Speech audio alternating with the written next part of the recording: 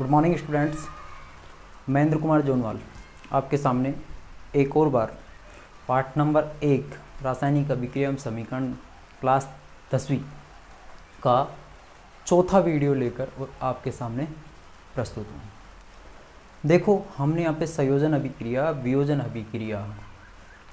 अभिक्रिया के 3 रूप, ऊष्माक्षेपी और ऊष्माशोषी अभिक्रिया, इसके बाद में हमने विस्थापन अभिक्रिया पढ़ ली और अब आती है विस्थापन अभिक्रिया के बाद में द्विविस्थापन अभिक्रिया।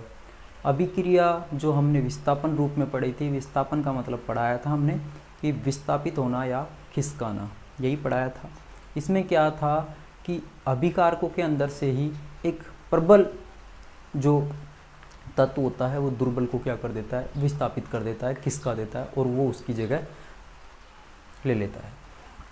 यहाँ पे भी वही है, विस्थापन का मतलब तो खिसकाना ही है, लेकिन यहाँ पे द्वि का मतलब क्या हो गए, दो। मतलब यहाँ पे दो तत्व हैं, ये क्या करेंगे, खिसकेंगे, एक दूसरे को डिस्प्लेस करेंगे, एक दूसरे को रिप्लेस कर देंगे, ये खिसका देंगे। कैसे, वो देखो।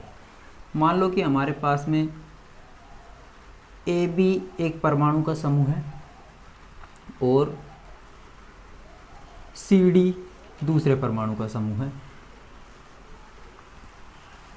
AB और CD ये दोनों के दोनों क्रियाकारक हो गए। अब इसमें से क्या होगा, द्विविस्थापन अभिक्रिया क्या कहती है। जैसे विस्थापन अभिक्रिया में क्रियाकारकों के अंदर ही सब कुछ हुआ था, यहाँ पे भी क्रियाकारकों के अंदर ही होगा। यहाँ पे क्या होगा, क्रियाकारकों के अंदर आयनों का आदान प्रदान होगा। क्या होगा, आयनों का आदान प्रदान। आयन होते हैं धनायन और ऋणायन। तो मान लो कि ये धनायन है और ये ऋणायन, ये धनायन है और ये ऋणायन। तो धनायन हमेशा किसके साथ जाके जुड़ता है, ऋणायन के साथ में, क्योंकि नेगेटिव चार्ज एक दूसरे को अट्रैक्ट करते हैं, ये आपको पता ही है पहले से। तो द्विविस्थापन अभिक्रिया में दो आयन अभिकारकों में से एक्सचेंज होंगे, दो आयन अभिकारकों में से क्या होंगे, बदलेंगे, एक दूसरे को विस्थापित कर देंगे, एक दूसरे को खिसका देंगे। कैसे, देखो, मान लो कि ये वाला धनायन है, ये वाला धनायन इस वाले ऋणायन के साथ जुड़ जाएगा, ठीक है। तो देखो, एक इसके साथ जुड़ जाएगा D के साथ में, और ये वाला धनायन किसके साथ जुड़ जाएगा, ये वाले ऋणायन के साथ में। तो C किसके साथ जुड़ जाएगा, B के साथ में। तो द्विविस्थापन अभिक्रिया वह अभिक्रिया है जिसमें अभिकारकों के दोनों आयनों के मध्य क्या होता है, आदान प्रदान होता है, इंपोर्ट एक्सपोर्ट एक्सचेंज होते हैं, ठीक है ना। ये तो आपको मैंने एक सरल रूप बता दिया, इससे आप समझ सकते हो कि AB प्लस CD दोनों के दोनों क्रियाकारक थे। क्रियाकारकों में हमने क्या किया, आयनों का आदान प्रदान किया। इसका प्लस इसके माइनस के साथ में और इसका प्लस इसके माइनस के साथ में, एक दूसरे को विस्थापित कर लिया, मतलब एक दूसरे की जगह को क्या कर लिया, ग्रहण कर लिया। अब चलते हैं हम मेन रूप में, जो बुक की तरफ चलते हैं। देखो भाई कैसे, इसमें इसको बोलते हैं सोडियम सल्फेट। इसको क्या बोलते हैं, सोडियम सल्फेट।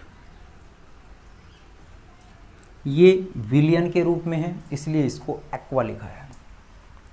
इसको बोलते हैं बेरियम क्लोराइड, बेरियम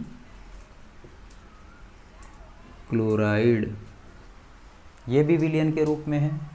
जब सोडियम सल्फेट और बेरियम क्लोराइड आपस में क्रिया करते हैं तो द्विविस्थापन अभिक्रिया के दौरान क्या होता है वो देखो। यहाँ पे सोडियम धातु है, धनायन, सल्फेट ऋणायन, ये धनायन और ये ऋणायन। पहला जो तत्व है धनायन, उसके बाद में क्या आएगा, ऋणायन। तो इसका धनायन इसके ऋणायन के साथ जाके जुड़ जाएगा, इसका धनायन किसके साथ जुड़ जाएगा, इसके ऋणायन के साथ में। तो Na किसके साथ जुड़ जाएगा, Cl के साथ में। तो Na के भी कितने हैं, 2, और Cl के भी कितने हैं, 2। तो हमने क्या लिख दिया, 2NaCl, 2NaCl ये लिख दिया, निकल गया। इसका धनायन इसके ऋणायन के साथ जुड़ गया, निकल गया। अब बच रहा है इसका धनायन इसके ऋणायन के साथ जुड़ेगा, तो Ba SO4 SO4। Sodium chloride जलीय विलयन है नमक का, इसलिए इसको एक्वा लिखेंगे। लेकिन इंपॉर्टेंट चीज़ है यहाँ पे, एक और परिभाषा पूछ लेता है एग्जामिनर, कि ऐसे पदार्थ जो जल में अविलय हों, ऐसे पदार्थ जो जल में घुलते नहीं हों, उन्हें हम कहते हैं अवक्षेप। क्या कहते हैं? अवक्षेप। अवक्षेप क्या कहते हैं? अवक्षेप। और इस प्रक्रिया को हम क्या कहते हैं? अवक्षेपण। क्या कहते हैं? अवक्षेपण। तो यहाँ पे क्या हुआ, सोडियम सल्फेट ने जब बेरियम क्लोराइड के साथ में क्रिया की तो हमारे पास में क्या बना कि अभिकारकों में से एक का धनायन दूसरे के ऋणायन के साथ जुड़ गया और दूसरे का धनायन फिर किसके साथ जुड़ गया? ऋणायन के साथ। मतलब इसके अंदर सिंपल सी बात, यदि यहाँ से समझें तो आयनों का क्या होता है? आदान प्रदान। आयनों का आदान प्रदान होता है। इसमें आयनों का क्या होता है? आदान प्रदान। इतना दिमाग में आ गया होगा कि यहाँ पे आयन एक्सचेंज हुए हैं। और ये जो अब इसको मैंने सॉलिड लिखा है। सॉलिड क्यों लिखा है? क्योंकि जल में घुला ही नहीं है और ये सब जल में क्या है? घुले हुए हैं। तो जल में घुला हुआ नहीं है, वही क्या कहलाएगा? अवक्षेप। तो आपको बोलना है द्विविस्थापन अभिक्रिया के दौरान जो पदार्थ जल में अविलय होता है वही कहलाता है अवक्षेप, तथा इस प्रक्रिया को क्या कहते हैं हम? अवक्षेपण। क्या कहते हैं? अवक्षेपण। ठीक है। इसको बुक के अंदर एक प्रयोग द्वारा भी बता रखा है। इसमें क्या कर रखा है कि एक परख नली ली और परख नली के अंदर 3 ml 3 ml ही इन्होंने लिया सोडियम सल्फेट और 3 ml उन्होंने लिया barium chloride. 3 ml sodium sulphate और बेरियम क्लोराइड लिया। जब ये 3 ml लिया इसके अंदर तो हमारे पास में इन दोनों ने क्रिया की आपस में, और क्रिया की तो इन्होंने क्या बनाया? एक सफ़ेद रंग का पदार्थ बनाया। एक सफ़ेद रंग का पदार्थ, श्वेत पदार्थ बनाया, और वो श्वेत पदार्थ का नाम था बेरियम सल्फेट। क्या नाम था? Barium sulphate. और ये बेरियम सल्फेट नाम का जो श्वेत पदार्थ था इसे ही हम कहते हैं अवक्षेप। क्या कहते हैं? अवक्षेप। और आप लोगों को एकदम अवक्षेप होता है, ये ठोस अवस्था में होता है और जल में नहीं घुलता। तो ये दिमाग में रख लेने वाली बात है कि अवक्षेप हमेशा जल में अघुलनशील होता है या अविलय होता है और ये ठोस अवस्था में पाया जाता है। इतना दिमाग में आ गया होगा। तो हम अब चलते हैं आगे की ओर, देखते हैं।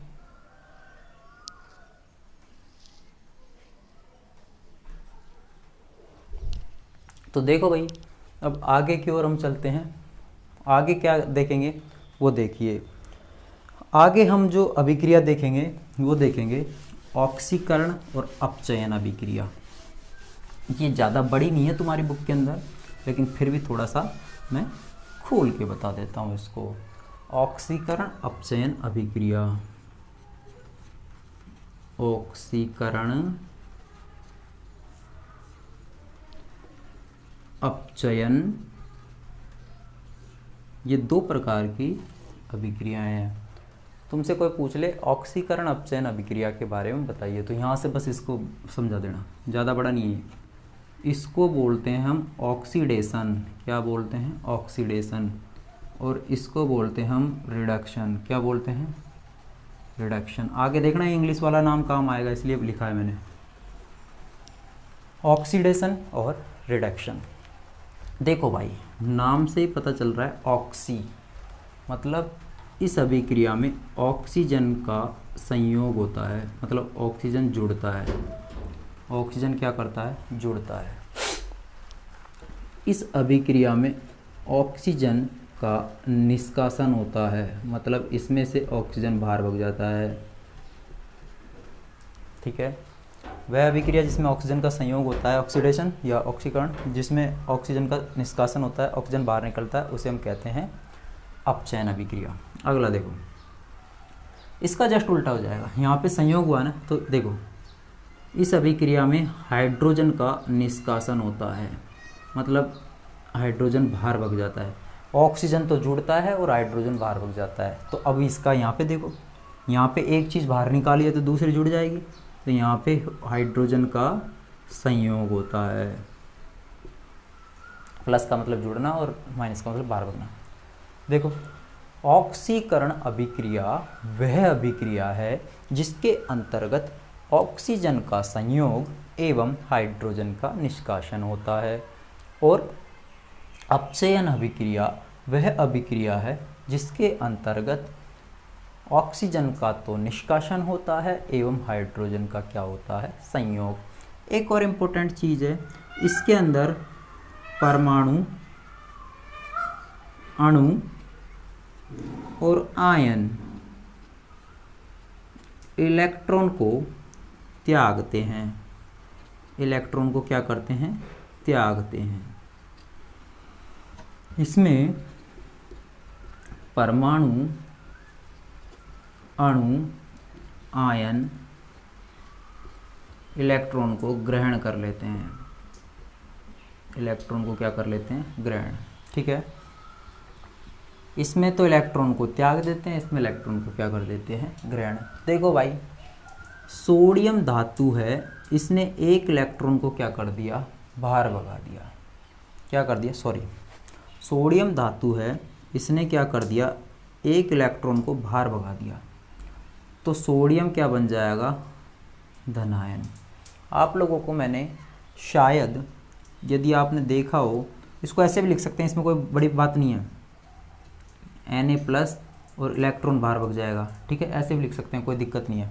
ठीक है, तो आप लोगों को ध्यान रखना है कि यहाँ पे इलेक्ट्रॉन दूर गया है, बस सीधी सी बात है। और यदि फिर भी दिक्कत आ रही है तो इसको ऐसे लिख लो, ये लो, इलेक्ट्रॉन बाहर भग गया। ठीक है, देखो यहाँ पे क्या होता है, मैंने क्लास के अंदर बताया था आपको कि धनायन परमाणु का आकार संगत ऋणायन परमाणु से क्या होता है, छोटा होता है। क्यों, क्योंकि उसकी एक कक्षा क्या हो जाती है, ख़त्म हो जाती है। ये ऐसा एक क्वेश्चन बताया था मैंने क्लास के अंदर। तो आप लोगों को इतना सा दिमाग में रखना है कि जब कोई भी परमाणु, अणु और आयन जब तत्व इलेक्ट्रॉन को त्यागते हैं तो इस स्थिति में आ जाते हैं। तो ऑक्सीकरण अभिक्रिया में परमाणु, अणु और आयन इलेक्ट्रॉन को बाहर भेज देते हैं और इस अभिक्रिया में इलेक्ट्रॉन को क्या कर लेते हैं, ग्रहण।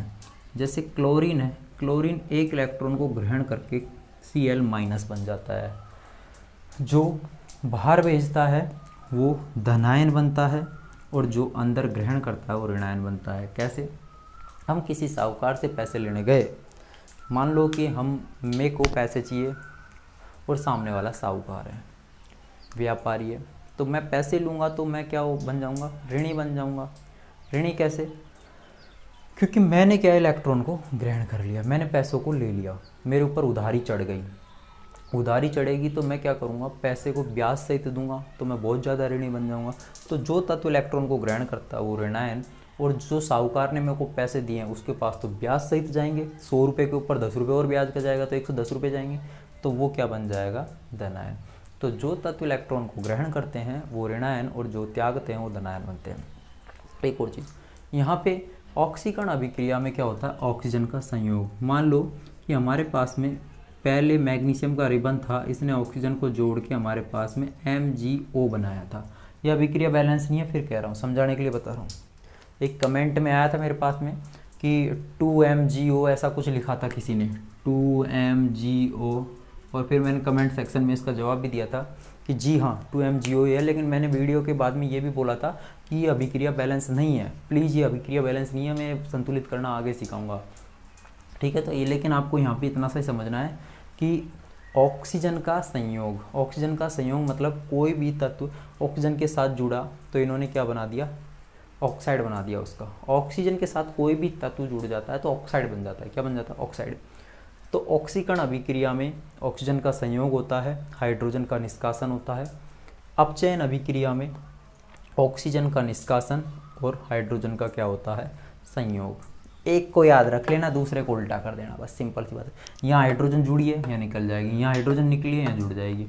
इंपॉर्टेंट चीज़ नीचे वाला है कि यहाँ पे ऑक्सीकरण अभिक्रिया में परमाणु, अणु और आयन इलेक्ट्रॉन को क्या करते हैं, त्यागते हैं। क्या करते हैं, इलेक्ट्रॉन को त्यागते हैं। परमाणु, अणु और आयन इलेक्ट्रॉन का क्या करते हैं, त्याग करते हैं। ठीक है, और यहाँ पे इलेक्ट्रॉन को क्या करते हैं, ग्रहण करते हैं। इंपॉर्टेंट चीज़ और है कि आपसे पूछ सकता है रेडॉक्स अभिक्रिया किसे कहते हैं। रेडॉक्स अभिक्रिया, रेडॉक्स अभिक्रिया, इसका नाम रेडॉक्स पड़ा क्यों, वो देखो पहले। हमारे पास में RED OX रिडक्शन और ऑक्सीडेशन दोनों के नाम को जब सम्मिलित किया तो इसका नाम पड़ गया रेडॉक्स। तो अब ये तो आपको क्लियर हो गया इसके अंदर कि रेडॉक्स नाम पड़ा है तो इन दोनों का कुछ न कुछ इसके अंदर पंगा है। ये तो फिक्स हो गया कि इन दोनों से ही नाम पड़ा है तो कुछ न कुछ इनका पंगा है। जैसे हमारा सरनेम लगता है, मान लो कि मैं जोनवाल हूँ तो जोनवाल मेरे मम्मी पापा, मेरे भाई बहन, तो मेरा परिवार से कुछ न कुछ नाता है कि नहीं है। इसी प्रकार से रेडॉक्स रिडक्शन और ऑक्सीडेशन से पड़ा है, मतलब ऑक्सीकरण और अपचयन अभिक्रिया से इसका नाम पड़ा है, तो कुछ न कुछ इसका मैटर तो है। इन दोनों अभिक्रियाओं का कुछ न कुछ तो मामला इसके अंदर है। तो देखो, रेडॉक्स अभिक्रिया वह अभिक्रिया होती है जिसमें ऑक्सीकरण और अपचयन दोनों एक साथ हों। दिमाग में रख लेना, रेडॉक्स अभिक्रिया वह अभिक्रिया होती है जिसमें ऑक्सीकरण एवं अपचयन दोनों क्या होते हैं, एक साथ होते हैं। क्या होते हैं, एक साथ होते हैं। ऑक्सीकरण एवं अपचयन दोनों क्या होते हैं, एक साथ होते हैं। रेडॉक्स अभिक्रिया कहलाती है। कौन सी अभिक्रिया कहलाती है, रेडॉक्स अभिक्रिया कहलाती है। इतना दिमाग में आ गया होगा, ठीक है जी। रेडॉक्स अभिक्रिया का बुक के अकॉर्डिंग एक उदाहरण है, वो देख लो।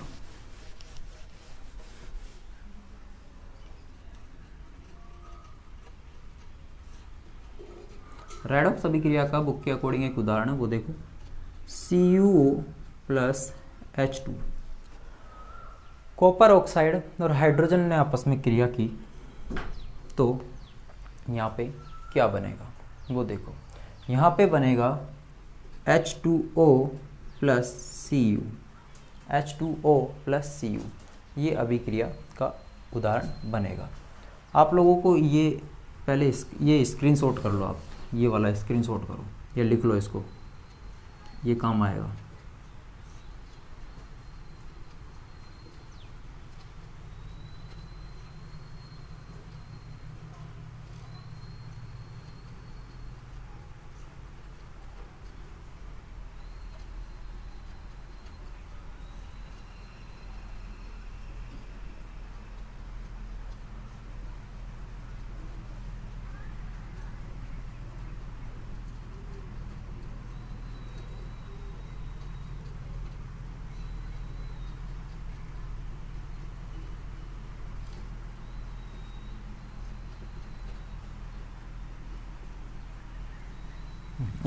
इसको स्क्रीनशॉट करो पहले।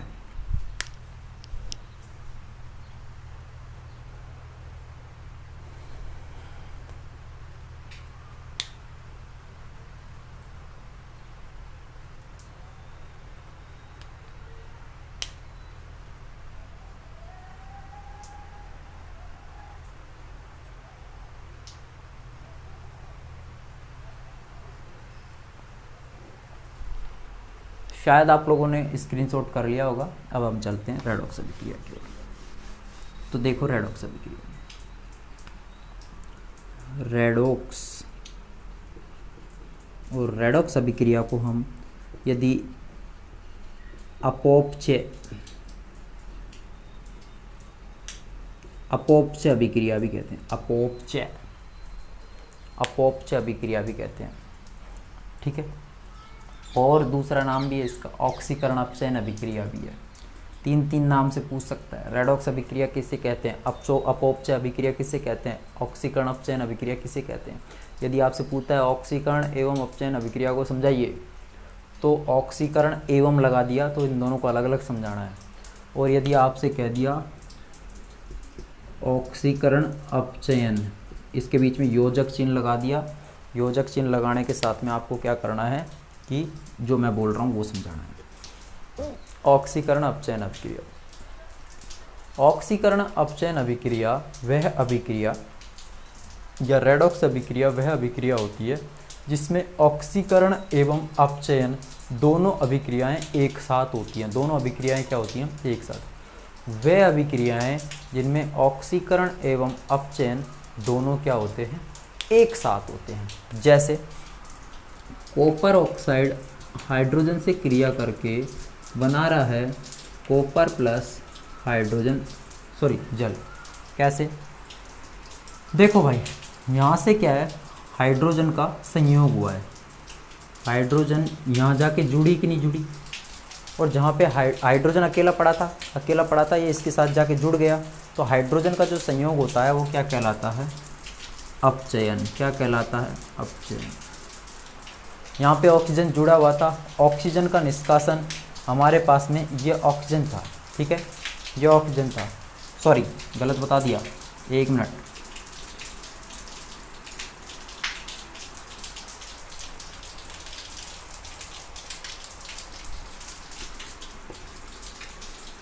सही है, ये अपचयन। अपचयन के बाद में जो बचेगा वो क्या कहलाएगा? ऑक्सीकरण। क्या कहलाएगा? ऑक्सीकरण।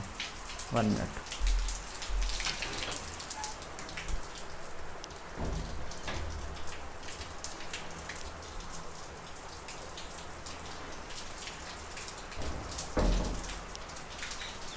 बारिश का मौसम बहुत ज़्यादा है और वीडियो में प्रॉब्लम आ रही है क्योंकि लाइट तो गई हुई है बारिश के चक्कर में, और गेट के अंदर बहुत ज़्यादा पानी वगैरह आ रहा है।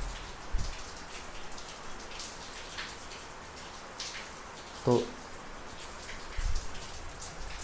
ऑक्सीकरण और अपचयन अभिक्रिया में यही होता है हमारे पास में कि ऑक्सीकरण अभिक्रिया में ऑक्सीजन का संयोग होता है, अपचयन में ऑक्सीजन निकल जाती है। और रेडॉक्स अभिक्रिया किसे कहते हैं? जिसमें ऑक्सीकरण और अपचयन दोनों के दोनों क्या होते हैं? एक साथ होते हैं। अब जो अगला टॉपिक है हमारा वो देखो,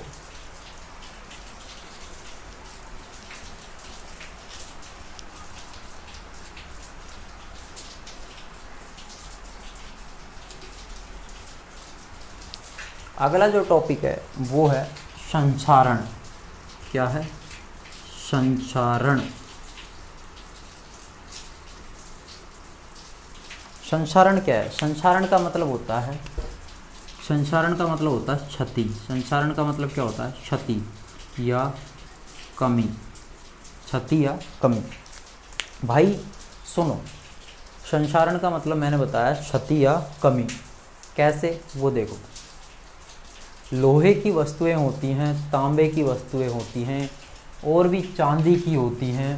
ये जब शुरुआत में आती है तो इनकी चमक बहुत अच्छी होती है, लेकिन जैसे जैसे ये वायुमंडल में रहने लग जाती है, ज्वेलरी सोने चांदी के हम पहनने लग जाते हैं, और तांबे के जो बर्तन होते हैं इनको रेगुलर यूज करने लग जाते हैं, तो हरे रंग के ये प्रदर्शित होते हैं।